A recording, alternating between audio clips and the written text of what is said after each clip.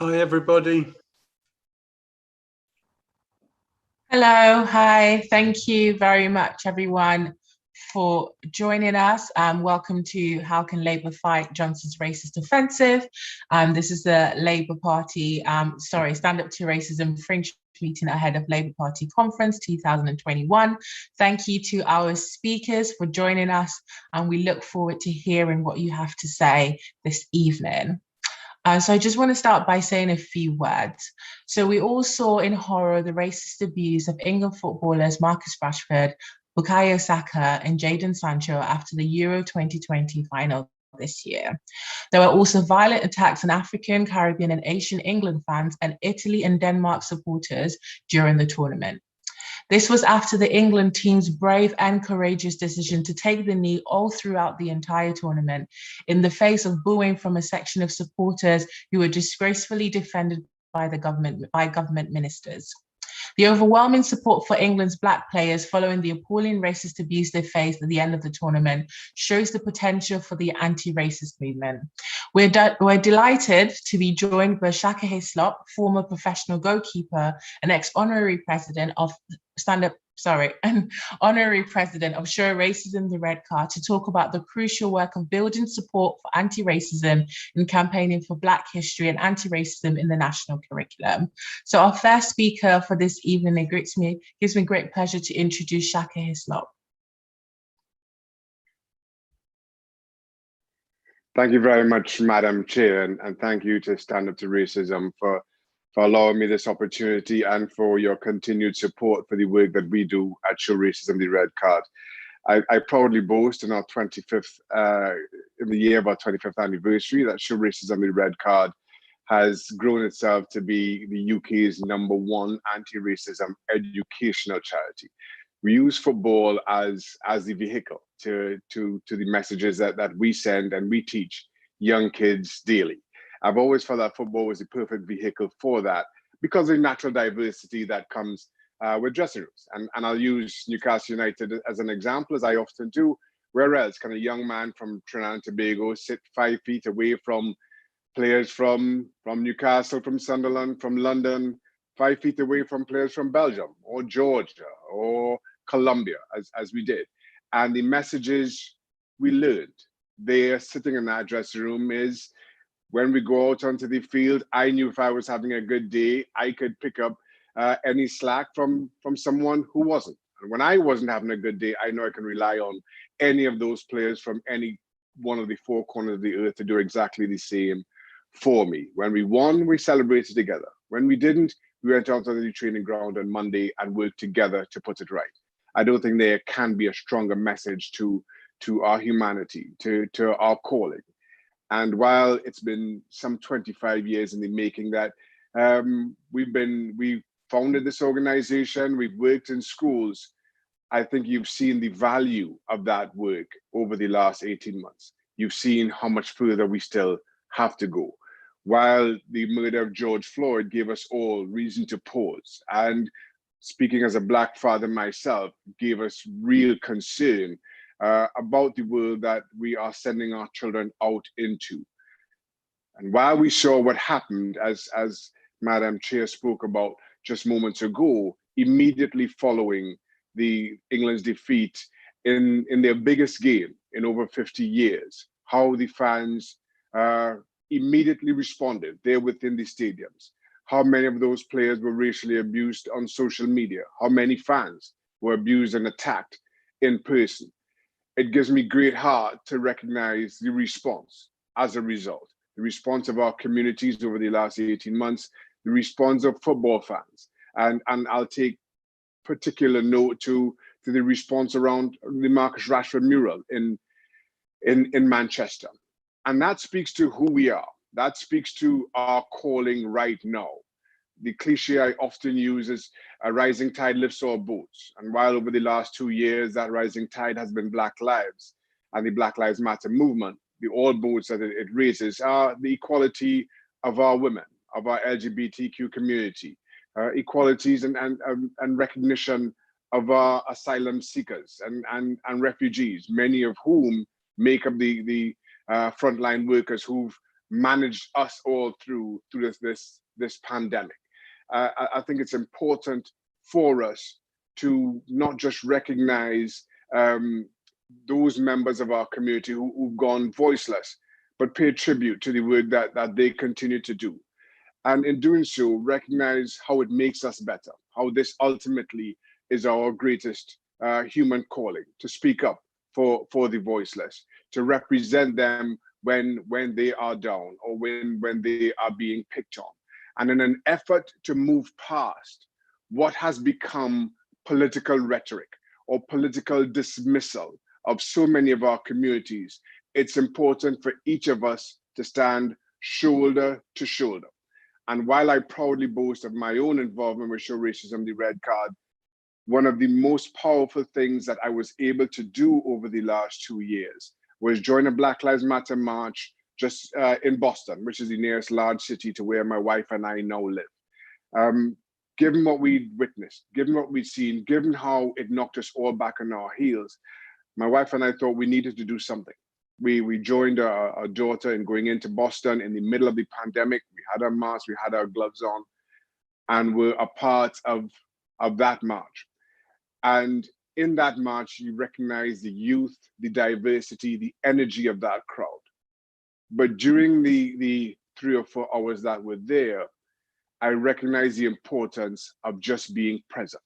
I wasn't there as an ex-footballer. I was not there as somebody who's worked with Show Racism, the Red Card.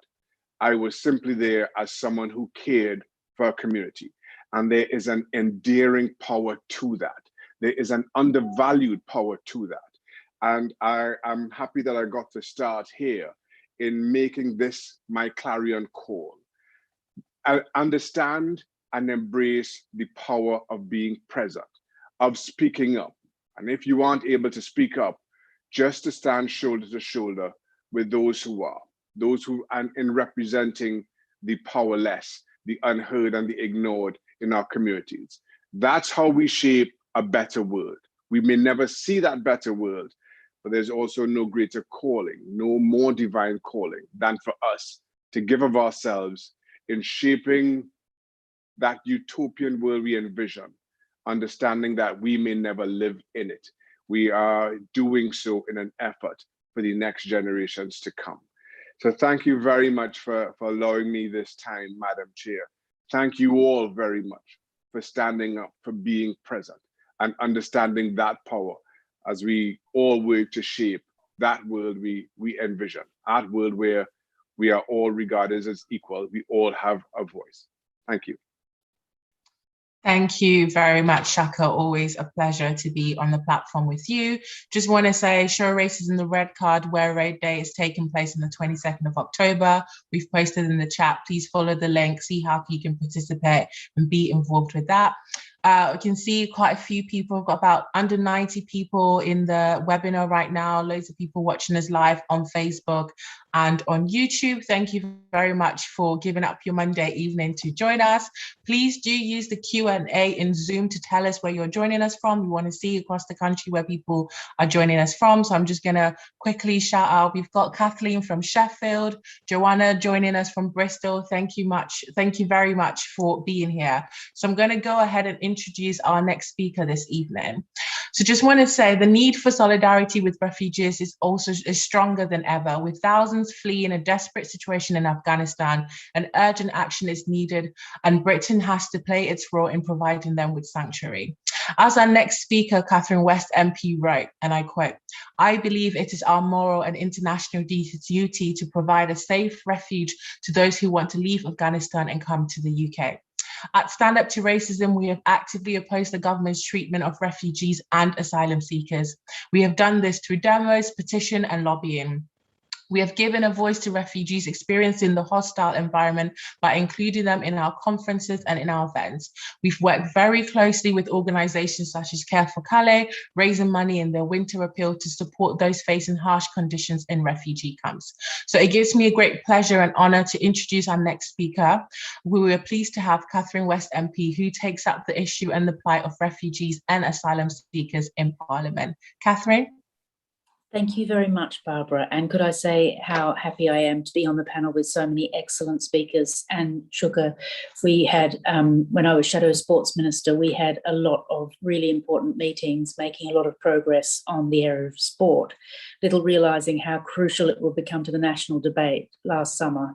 And I feel, even though so much of that was really ugly and it hurt, I do feel that our footballers have actually led the way in having those dinner time conversations, which do actually shift opinions over the generations, the grandparents, the middle-aged generation, the children. So I wanted to thank very much the Show Racism the Red Card. As a member of the all-party group on refugees in Parliament, I came into politics through working with Kosovan refugees when I worked for Barnet Council in the 1990s, and I met David Lammy and then began working for David in Tottenham on housing issues for asylum seekers and refugees, particularly young unaccompanied men who came through the Kosovan, through Italy, through that passage there into the UK, and who now, as an MP, I get to talk to the children of those refugees and see what a huge contribution they've made to our wonderful Haringey community. I also briefly wanted just to thank Sabby and others from our local Stand Up to Racism group who put on the excellent work last summer for our vigil that we held on the Green in Crouch End.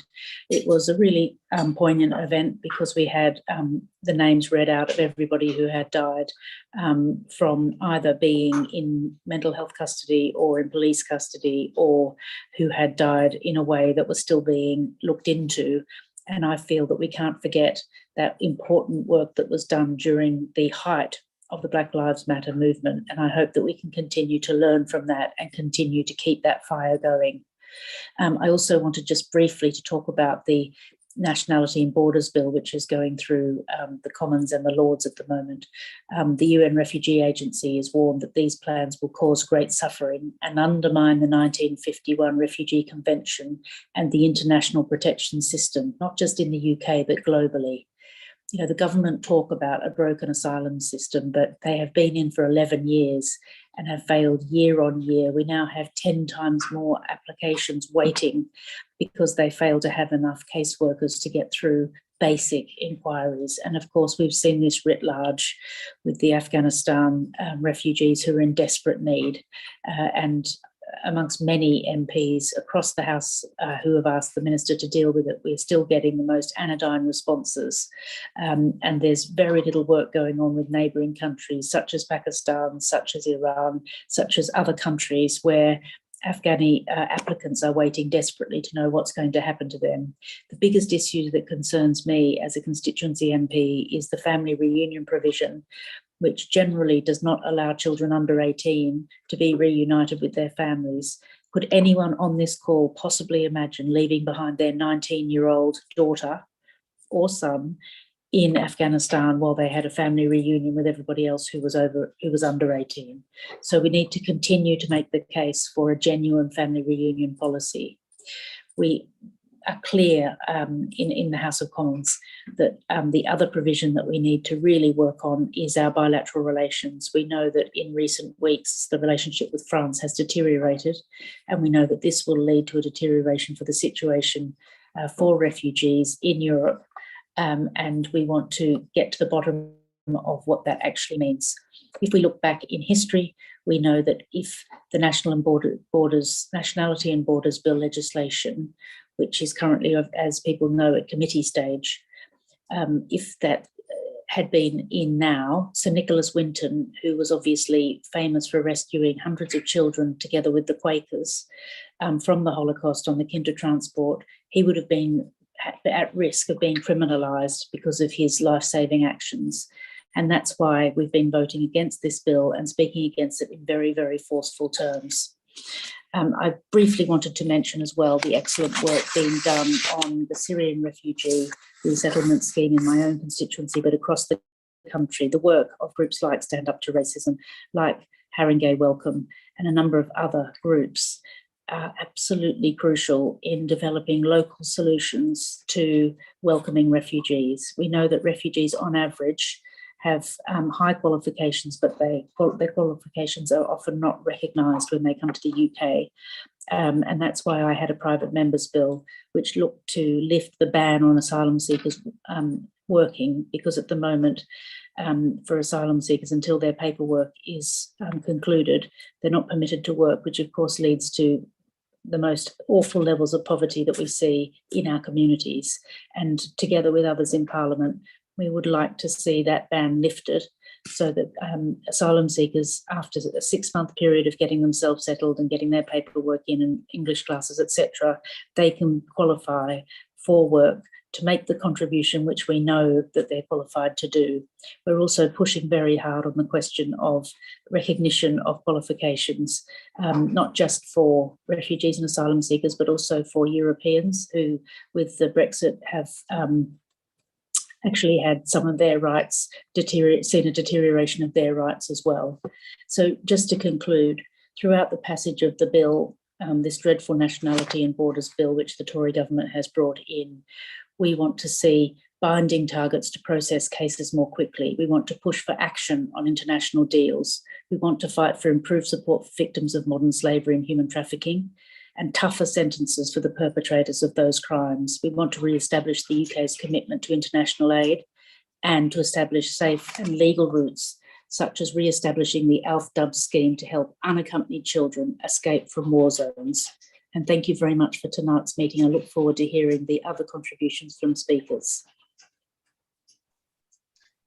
Thank you very much, Catherine, for highlighting the work yourselves and other MPs are doing in Parliament to raise the issue around refugees, particularly around people reuniting their families. That's incredibly important. So thank you very much for that incredible work that you do. So I want to shout out people who are joining us and where they're joining us from. So we have Pauline from Shoreham, we have Julia from Hackney, we have Ronnie from Hornsey and Wood Green, we have Katie from Middlesbrough, we have Kirsty from Birmingham, and I'm going to stop there so we can get our next couple of speakers. Thank you all for joining us. We really appreciate you being here. Attempts by the government to deny the reality of institutional racism has been met with a wave of public opposition, exemplified, as I said earlier, by the public reaction to the appalling racist abuse faced by Black England footballers. The coming months are going to be vital in creating opposition to the government's offensive through the Commission on Race and Ethnic Disparities report. Attacks on refugees and migrants through the Nationality and Borders Bill, as Catherine outlined earlier, the ongoing increase in Islamophobia, the targeting of Black communities and the Black Lives Matter movement through the policing bill. The disproportionate impact of the pandemic, both medically and economically, on Black communities and Asian communities remains a key issue.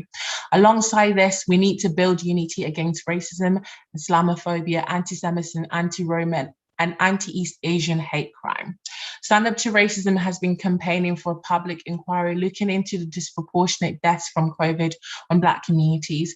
We've campaigned extensively on a zero COVID strategy that makes adequate economic provisions for those who need to self-isolate due to COVID in order to reduce infections and deaths. So we're really pleased to be joined by a wave of speakers who are playing a crucial role in challenging the government's racist offensive. I don't know if our next speaker is here. Is Belle here? No? Okay, we can take the next speaker after that. Okay, so we'll take our next speaker, who is Kevin Courtney. Kevin is the Joint Secretary of the National Education Union. Kevin? Thank you very much, Barbara. And as you just said, my name is Kevin Courtney, and I'm Joint General Secretary of the National Education Union, which is the biggest education union in Europe and the 4th biggest union in the TUC. And I'm really pleased that my union is a strong supporter of Stand Up to Racism and Show Racism the Red Card that Shaka speaks for. I think it's a moral obligation on all of us to speak out against racism, to be actively anti-racist. I think that's true for everyone in our society, but I'm going to say it's true for some people in particular. It's true for educators, especially. Educators, we're in touch with all the country's young people. And if we want the best for them, if we want a good society for them to live in, then we've got an obligation to show anti-racism. You can't be a good educator without being an anti-racist.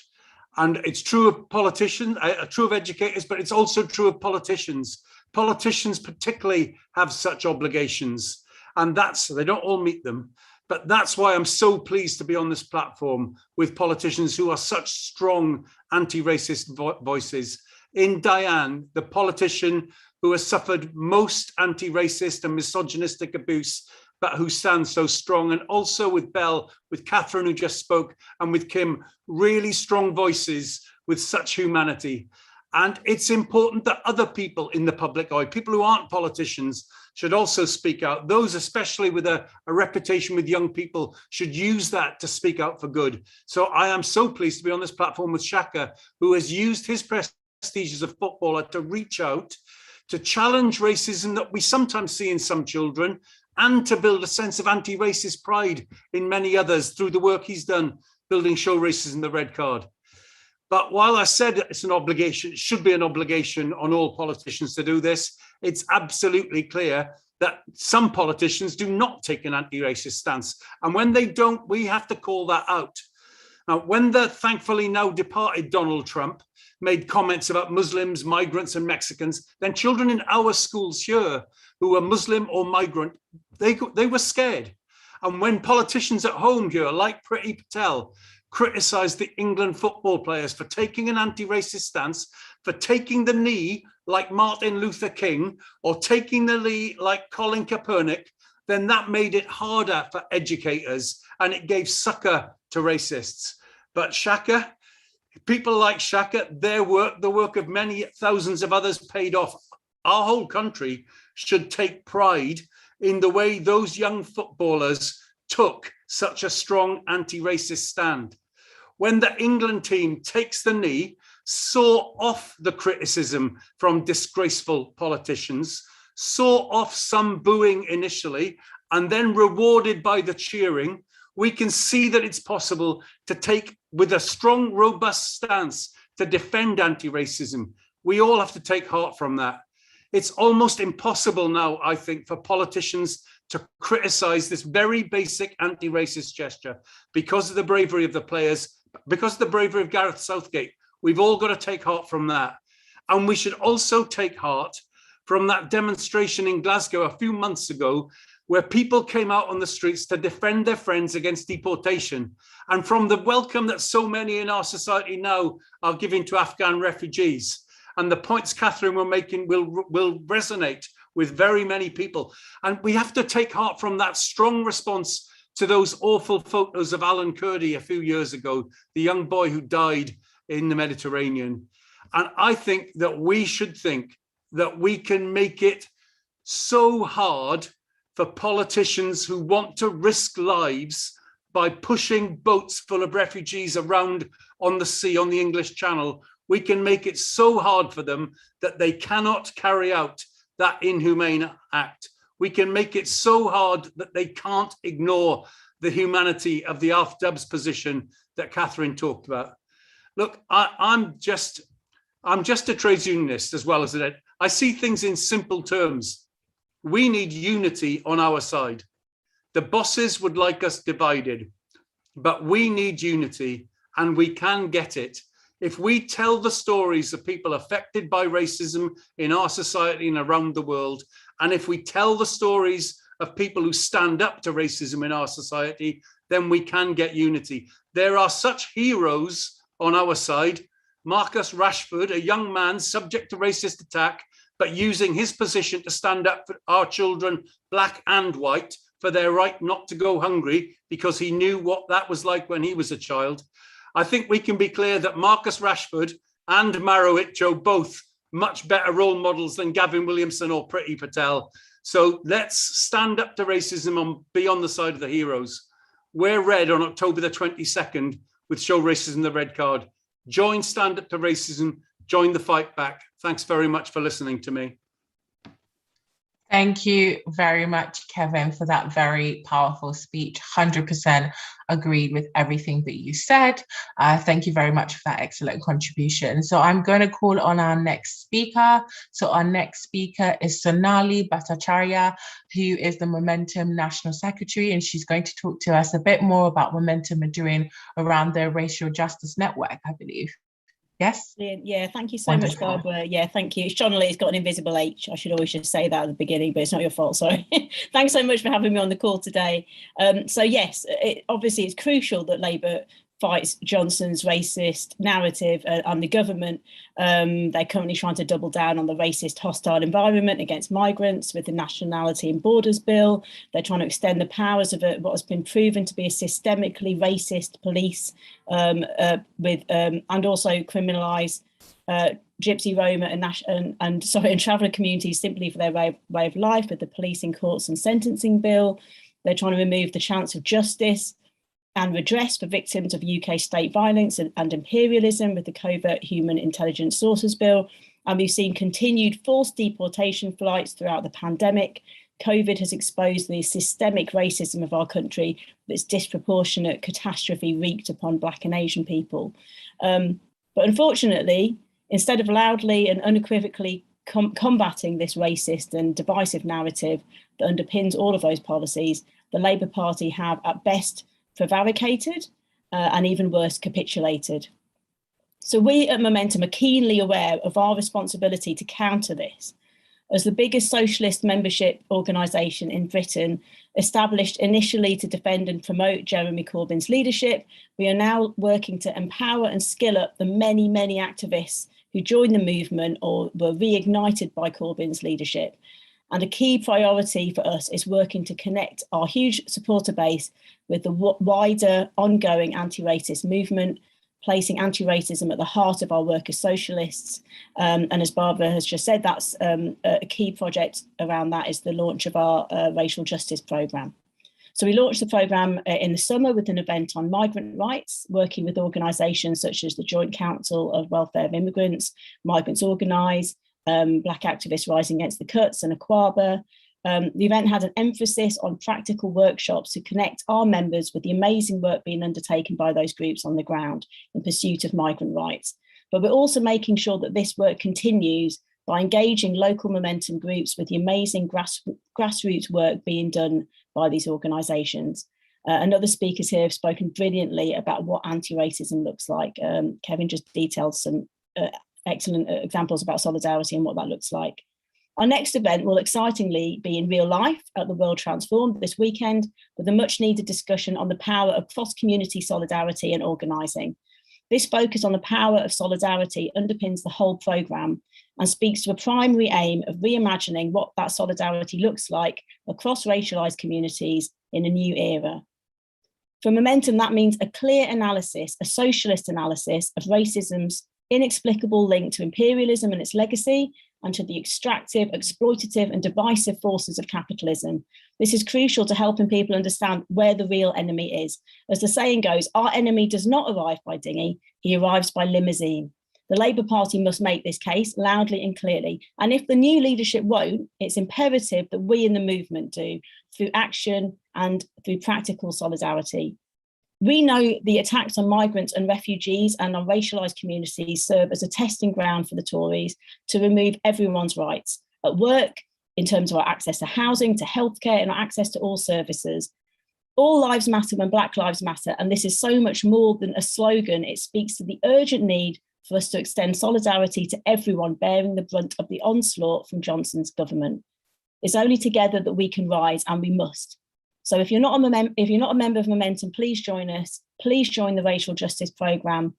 We need to do this work together, and it's really vital that we create a counter-narrative when the leaders that we were hoping would are failing to. Thank you very much, Sonali, for that contribution. And we've posted stuff in the chat with links for people to follow up. So thank you very much. And we look forward to working with you on all of that. So I'm going to introduce, before I introduce the next speaker, I'm going to do a few shout outs for people who are joining us. So we have, okay, go up.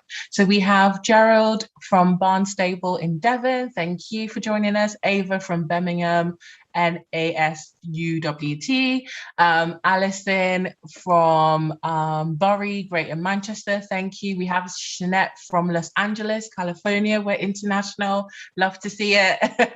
Annie Mill from West Lothian. Debbie from Norwich. We have Gary from Woking. Thank you all very much for joining us. Really appreciate you spending your Monday evening with us.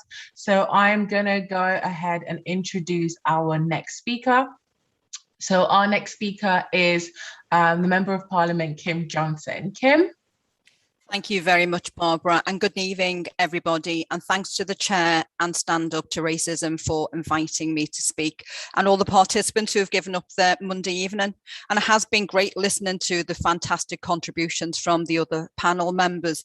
But I just wanted to begin with my own journey. Liverpool, as most of you will know, has the longest established Black community in Europe, dating back hundreds of years. But I made history in 2019 when I was elected as the first Black MP for Liverpool. And we now have the first Black woman mayor and leader of a major council. So things are moving forward. But more importantly, we are a city of sanctuary and provide safe haven for refugee and asylum seekers. But when I joined my CLP, Black representation was almost non-existent. And when I was elected as a Black members officer, I set about changing that. And we now have a Black CLP chair and more Black members on the EC and active in the constituency, and Black members who have submitted an application to become councillors in the forthcoming by-election. So things are moving slowly but surely in Liverpool. So I'd say that if we as a party are going to challenge Boris Johnson's racist offensive, this is what needs to happen at a grassroots level. We need more Black activists at decision makers in CLPs, breaking down those barriers and having half voices heard, because as we know, you can't be what you can't see. Now, at a national level, we need to put our own house in order with regards to racism. And while I hear lots of comrades talk about fighting social and racial injustice, I see very little action. And as I always say, action speaks louder than words. And we need a vocal and supportive front bench, I believe. And I don't think that we've got that yet. And I'm very disappointed and concerned that we're still waiting for the conclusions of the Ford inquiry launched last May to investigate institutional and systemic racism at the heart of the party, and evidenced, as you know, in the leaked report and the reprehensible and racist vitriol and behaviour directed towards Black women in the party, particularly Diane, Abbott and Dawn Butler. And we've raised this time and again through the PLP and directly with Keir, but time and again, it's made clear that rebuilding these bridges and getting to the root of the problem just isn't a priority for our leadership. And we need answers and action, and we need it now. So when I arrived in Parliament in 2019, I expected to have and be part of a functioning Black members PLP, synonymous with some of the groups we had in the past, like the Black sections. And so you can imagine my disappointment to discover that we don't, and we're still working on developing one. And I've nearly been here 2 years now. But last year, the death of George Floyd and Black Lives Matter shone a very bright light on race inequality, with lots of organisations recognising that more needed to happen to address these inequalities, and that included the Labour Party.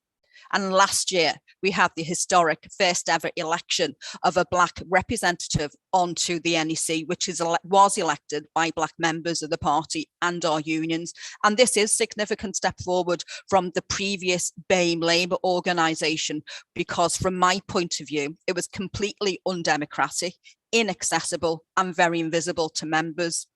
And this year's conference, we are set to put in place rules for a new organisation that will enable Black members of the Labour Party to organise ourselves at a regional and national level, to make sure we have a seat at the table at every level with a self-organised, democratic and accountable structure. And I hope that everyone here will get involved in the next steps after conference, setting up these branches and getting more people more active and organised at a grassroots level. But for me, it's kind of one step forward and two steps back, because the new LGC that's going to replace the LCF does not have targeted seats for protected characteristics the way that they did for the LCF.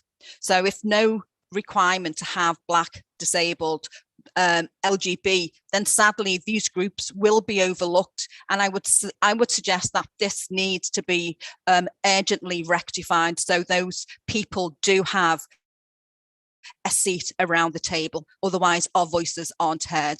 And I start with these points because I believe we can't talk about fighting Boris Johnson's racist offences and culture wars as a party, as a Labour movement, without talking about how Black people and politics can be fundamentally and radically influence the politics and the policies coming from the top of our party. We need serious and structural change to shift our party into one where Black people are empowered and not tokenised.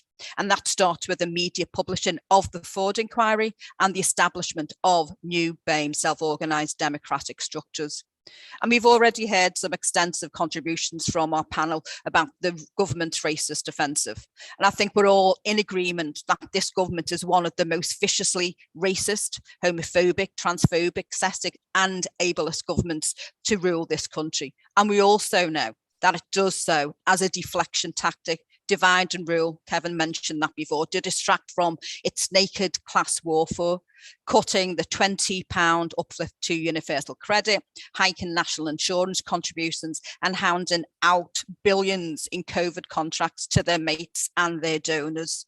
So this class warfare and these inequalities has pushed the Tories to adopt a Trumpian politics straight out of the far right textbooks, where ministers target minorities and immigrants to deflect from the government responsibility for declining living standards and soaring levels of poverty. And I add that the discredited Tony Sewell Cred report laid the foundations for the government assault on Black people. The Education Select Committee, which I sit on in Parliament, used the report as the foundation for their own research, which claimed that educational inequalities for majority white left behind communities were the result of woke warriors, using terms such as white privilege. So while we expected nothing less than racist vitriol from Boris Johnson and his evil cabal, these policies that cut our communities most deeply. So the Black Lives Movement has shown how we can organise in our communities and raise important issues. And we need to do more of this to build mass political movements and communities of resistance, to put pressure on this government. But most crucially, we must organise within the Labour Party and movement to make sure it offers a truly socialist alternative with a mass appeal, because a fragmented and divided party will never win any elections, because as we all know, united we stand, divided we fall, and we need to move forward on these agendas. Thank you for listening, and thanks to Stand Up to Racism. Thank you very much, Kim, for that contribution, outlining a lot of issues that hopefully people who are listening are going to take on, are going to work really hard on. Thank you so much for all your hard work. I'm just going to read out a few shout outs. So Pauline said, so important to stand in solidarity with trade unions such as the NEU. Thanks, Kevin. Well-spoken, Kevin, for trade unionists. Lots of love. Thank you, Kim. Love this straight and honest talk. Thank you so much. Oh, could someone explain the acronym? So I think it's CRED, which is the Commission on Race and Ethnic Disparities, which is a report the government released earlier on this year. Thank you very much. We have got, yes, right, wonderful. We've got lots of thank yous and supportive of our speakers. So I'm gonna go on with our next speaker. So gives me great honor and pleasure to introduce Sabby Dhalu, who is Stand Up to Racism Co-Convenor, who I have the pleasure of working with all the time. Thank you very much, Sabby. Thank you, Barbara. And thank you very much to all of our speakers who have taken time out to address this very important meeting ahead of Labour Party conference.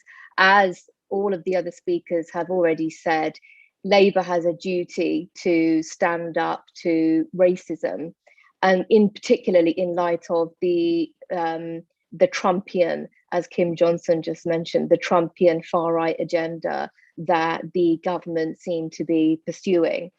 So firstly, it should be a no-brainer supporting the England football team taking the knee ahead of a major national tournament, but instead Priti Patel and Boris Johnson were too busy giving succor to those racist people booing England footballers whilst they were taking the knee. Shame on them, and shame on the government for failing to support the footballers.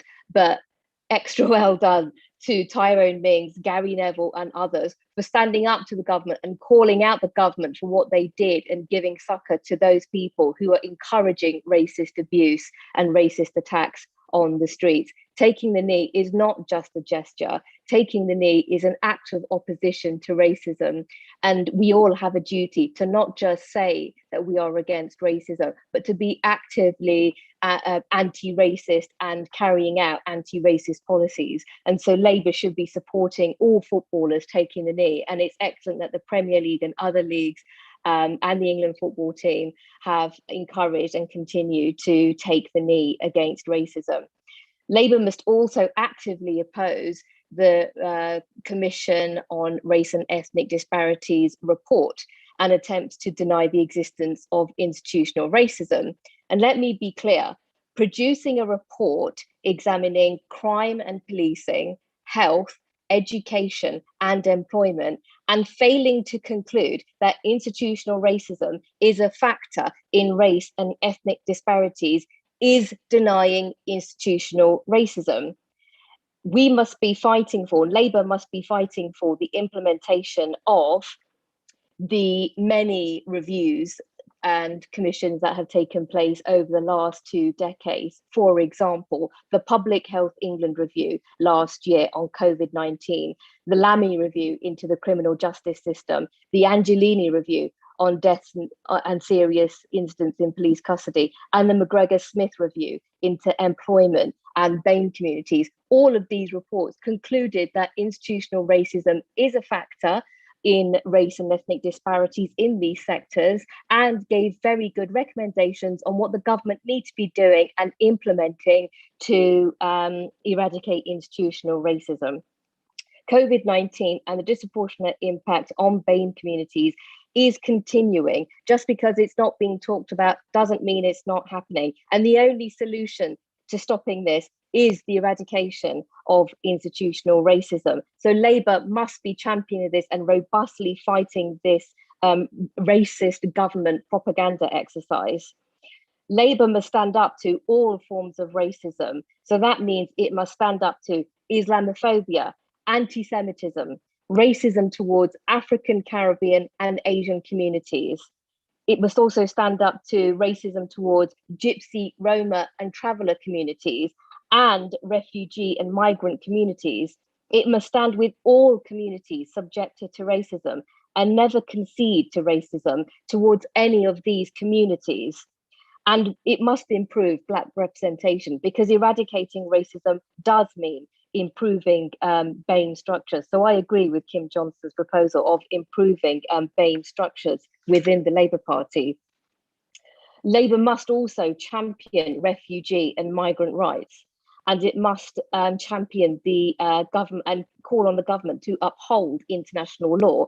We cannot allow Priti Patel to use refugees as a political football. Refugees crossing the channel must be allowed to seek asylum here. And we must do more to help Afghan refugees and not expect poorer countries to shoulder the burden of Afghan refugees that are now likely to flee to bordering countries like Iran and Pakistan. And we must also, as Diane, Abbott and others called for last month during the Taliban takeover of Afghanistan, there is ridiculous that right now Afghan refugees are being told that they haven't got a right to asylum here and they can't stay here, and so people are actually still being deported. And Labour must say all Afghan refugees must be given an amnesty here, and they must be allowed to say here. It's ridiculous to not be doing this. So we have to be fighting this. And perhaps most importantly, we have to robustly oppose the forthcoming Nationality and Borders Bill, because the Nationality and Borders Bill, if it is passed, will undermine every aspect of refugee, asylum, immigration legislation, and it does fundamentally overturn all of our previous commitments to adhering to international law. So I think it's crucial that we fight the government on the Nationality and Borders Bill. And finally, we've got to oppose the policing bill. One of the reasons why the government has introduced the policing bill, in addition to climate change protesters and others, it's to clamp down on protests like the Black Lives Matter movement, because the Black Lives Matter movement shone a light on the extent of institutional racism in this country in the context of a pandemic, a global pandemic, which is disproportionately impacting on Black communities in Britain, in Western European countries, and America. That's why the government introduced things like the Commission on Race and Ethnic Disparities report. It's to, instead of taking action against racism and eradicating institutional racism, that would have been the correct response to Black Lives Matter. It is instead waging a propaganda campaign to deny the existence of racism. This is a ridiculous response to the Black Lives Matter movement. The government must be fighting racism, and Labour must be fighting the government and campaigning for anti-racist policies and campaigning against racist measures and policies and statements that are coming out from this government. We have to be Labour must be fighting racism and not conceding to racism. Thank you very much. Thank you very much, Sabby, for that excellent contribution to the meeting. I see lots of people clapping, lots of people nodding along. So pretty much everybody agrees with what you've said. I just want to do a last shout out. So we've only got like a couple more speakers and then we'll be wrapping up. So I just want to say we've got hello and thanks from Agnes in Edinburgh. Lots of people saying thank you. Kim, Janet from Cardiff, Gary Griffith said brilliant. Kim, thank you. Lots of people being very supportive in the Q&A box. So again, thank you very much for joining us. Our next speaker is Diane Abbott MP, who's also Stand Up to Racism President. However, Diane couldn't be here, so I'm just going to read a statement from Diane. So here you go. Thank you all for coming this evening, and I'm sorry that I cannot be here in person to join you. We are living through a tumultuous time, and the government has spectacularly failed its basic duties to protect the population and their well-being. Instead, they have allowed enormous numbers of people to die from COVID-19, double the number of British civilians killed in the Second World War. About 700,000 people have been made unemployed, and tens of millions will face pay cuts, tax increase, and cuts to universal credit, as well as now soaring energy bills. Instead of dealing with these problems, the government has turned to the time-worn tactic of racist scapegoating. The government shifts from one group to another to target. It could be people seeking asylum one week or increase in stop and search another. It could be defending Yobs who boo the England team for taking the knee, or it could be producing spurious reports that claim there is no institutional racism in this country at all, or racist deportation flights, or cutting funding in the schools most in need to shift money to leafy Tory voting areas. These are not isolated instances. They are systemic attack on Black and Asian people in this country and others as a distraction from their own catastrophic policies. The question posed is how Labour should fight back. Well, the simple answer is a fish rots from the head down. So getting rid of this government is a necessary condition to improve matters. But the issue does not begin or end there. There is first a question of how to get rid of this government. And that requires real opposition, a real alternative, and not conceding an inch to the racist. There must be no talk of regaining blue wall voters when we need everyone where we can, where we need every vote we can, where we need every vote we can get and cannot ignore the Black and Asian voters who do turn out for Labour. We must oppose racism wherever it rears its ugly head and from whatever quarters it comes. Secondly, we also need to fight for positive policies. We cannot allow the racists to define us. First, we stand for equality and an end to discrimination of all kinds. We also stand for peace and an end to warmongering, either the hot or cold variety. With all the racism the warmongers peddle. And we stand for common prosperity, not the rich getting richer at the expense of the poor, as has been happening in this country and many others for decades. There is no easy road on this. I know some people find the current situation disheartening and oppressive, but our opponents do not rest, and neither should we. You know, it took about 100 years for public lynchings of Black people to be abolished in the United States. Some would say the job is still not complete. By 5 years into that struggle, it is no use giving up saying this is too dangerous or too hard. People were still getting lynched, so the fight carried on until it was victorious. We must continue to fight against racism in all its forms. We may have to take the long view, but we must never dream of giving in. Thank you. And that's a statement from Diane Abbott to tonight's meeting. I just quickly want to check if Belle was able to join us. Wonderful, and right on time, as if by magic. We have Belle Ribeiro-Addy MP, who I'm very pleased is able to join us. Belle. Thank you very much, Barbara. And as you know, I'm never usually right on time, so pat on the back for me today. I think it's really, really important that we continue to have these discussions, that we continue to campaign, that we continue to come together like this, because with every single gain that we make in terms of challenging racism, in terms of challenging what is a very disgraceful government, they always seem to have something in their back pocket, something always to push on us a bit further. And I'm talking mostly about a lot of the legislation that we've seen, definitely in the past couple of years, definitely what they've tried to do whilst the Conservative government have tried to do whilst the pandemic has been going on.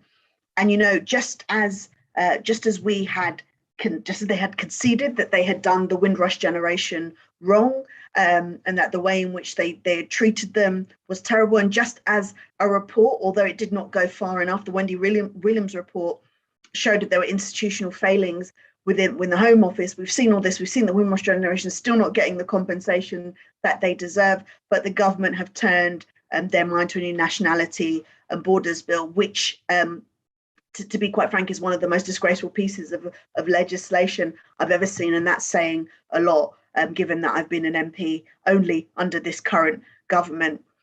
Now, and it's particularly worrying because I was hearing from Care for Calais yesterday, actually, that this nationality and borders bill, which is actually an anti-asylum bill, anti-refugee bill, actually would come about, if passed in the form in which the government want it to be, would come about right at the time that those who would have left Afghanistan by foot would arrive into Europe, right about the same time. So they know exactly what they're doing, and we're meant to clap our hands for the 20,000 people that they said they're going to take as refugees, not now, but over a certain amount of years, and only taking 5,000 now, when we know that in the past decade under this government they have deported as nearly 16,000, I believe, back to Afghanistan on the basis that Afghanistan is a safe country.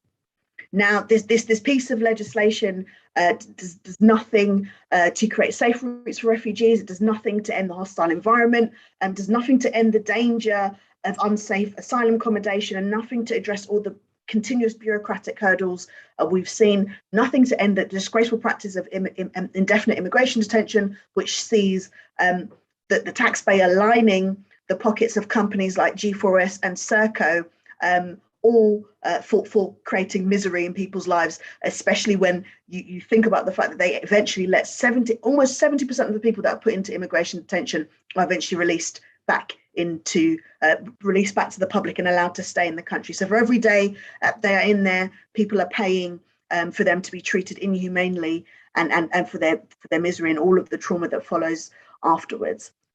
And now to push this further, we are going to go down the route of criminalizing refugees against our international obligations and on the basis of how they arrived in the country, not on the basis of what it is that they need. But again, this should come as no surprise, because it's all part and parcel of this continuing authoritarian agenda. We've seen the Overseas Operations Bill, the Spy Cops Bill, the Policing Crime Centres in Courts Bill, which continues to go through Parliament, and the voter ID bill, which is going to disenfranchise people. Now, the voter ID bill and the Policing Crime Centres in Courts Bill, not that they're any more horrible than any of the others, but they are very key in that both of those bills are the measures by which we could see some of the government's policies undone and this government done away with. I heard Barbara talking about in Diane's statement about how we get rid of them. Well, if we decrease the amount of people that are likely to vote or able to vote, that creates a massive issue because it makes it harder to get rid of this government, especially in the current voting system we have. And if our rights on protests and our trade union rights are restricted, it makes it very difficult for us to stand up against the injustice that they keep throwing at us, which is why we have to be, and I know it's exhausting. It's so exhausting at the moment because they just keep doing so many different things in so many different areas, attacking us from our NHS to our social care, to our universal credit, all of these different fronts that we have to fight on. But we do need to keep pushing because they're attacking our civil liberties. A lot of what they're doing is based in really, really horrible racist ideals, and they are going to keep coming for the most disadvantaged of us, and that's all we're going to see if we don't continue to stand up against them and stand up against them in unity and stand up against them in our numbers. So continuing to call on all of you to keep coming out, to keep showing up, and to keep making it loud and clear to this government that refugees are welcome here and that we will not accept the racist narrative that they continue to push in our faces. Thank you very much. Thank you very much, Belle, for ending our meeting today and for that really excellent contribution. Thank you so much. I'm really glad you were able to make it. So just want to do a couple announcements before we wrap up. So just want to remind everyone that Stand Up to Racism annual conference is here this year. It's the 16th and 17th of October. Hope you have the dates in your diary. Please, if you don't, put them in now. And the title of our conference is Mobilizing the Anti-Racist Majority. How do we defeat Johnson's racist offensive? So we have speakers including Diane Abbott MP, Tanmajid Singh Desi MP, Anas Soa, Scottish leader of the Labour Party. We have Belle will be joining us there. We have Claudia Webb MP, Kevin Courtney, who was at today's meeting, will also be joining us. We have Mark Sawatka, PCS General Secretary, and a range of international speakers. So if you haven't already, head to our website, head to our social media. You can find the link to register. And we definitely look forward to you joining us. If you have any questions or anything that you'd like to ask us, you can always email us at info@standuptoracism.org.uk. Again, these can be found on our social media platforms. If you'd like more information about how you start a local Stand Up to Racism or affiliating Stand Up to Racism, please do send us an email. And finally, please donate to the cost of running this meetings and other meetings, the conference coming up. We're only able to do all this incredible work through your support. So please, please join, donate. We really appreciate you giving up your evening and joining us. We really appreciate your commitment to fighting and standing up to racism. Thank you very much.